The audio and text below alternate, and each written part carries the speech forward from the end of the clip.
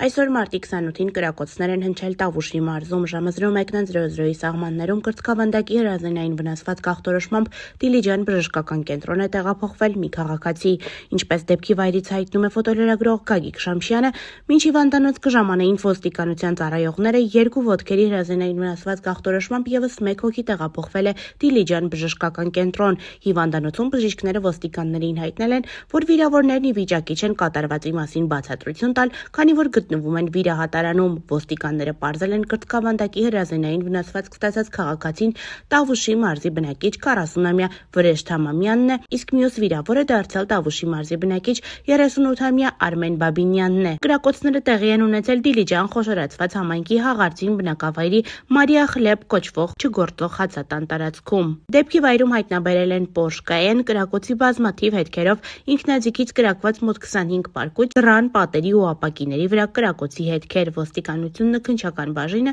ձեռնարկում են անհրաժեշտ միջոցառումներ դեպքի հանգամանքները պարզելու, մասնակիցների ինքնությունն ու հանցագործության գործիք հրազենը հայտնաբերելու ուղղությամբ։